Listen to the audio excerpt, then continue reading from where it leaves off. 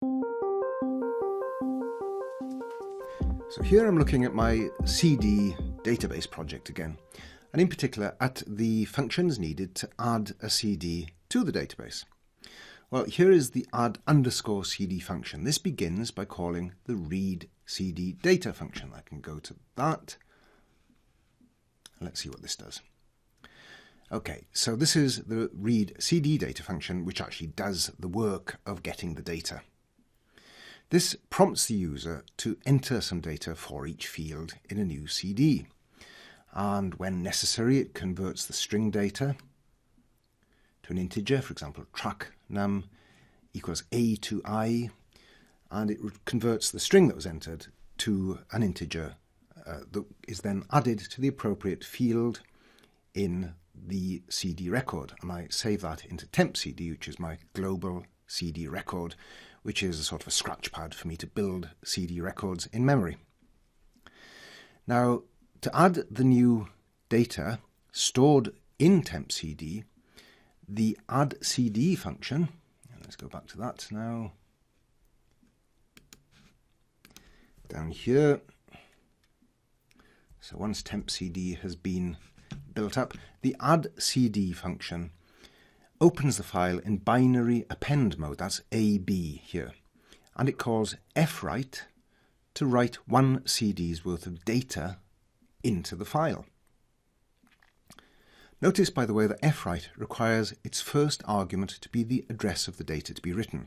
When I called fwrite, previously the argument was CD_collection, you might remember, which was an array, and that worked fine because an array and an address are the same thing as far as C is concerned. But when I want to write a struct, I need to pass the address of the struct, which is why I've used the ampersand address of operator, ampersand temp CD. Now finally I want to look at the code needed to find a specific CD in the file and modify the data that it contains. This begins with the modify CD function. Let me find that up here. Here's the modify CD function. This prompts the user to enter the number of a CD, that is the index of the CD in the data file, where 0 indicates the first CD. But there's a minor problem here. I need to convert the string entered by the user to a number using a to I. That's the a to I function, to convert to an integer. But that function returns 0 to indicate an error when it's unable to convert the string.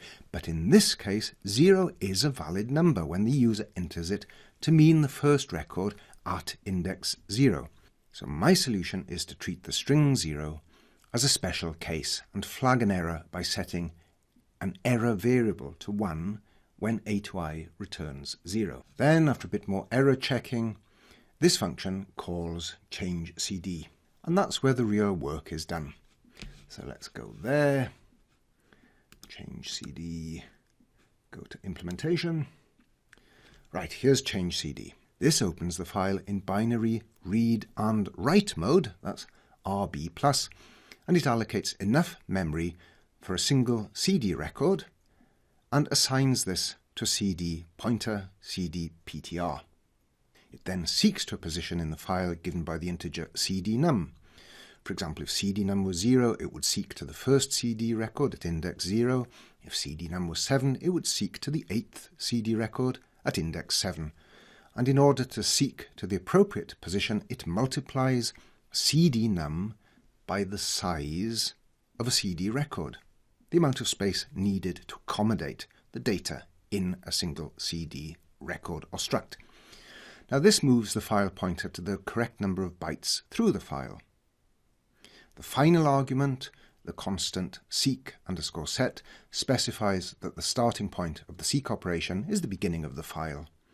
My code then reads in one CD's worth of data from the current position in the file.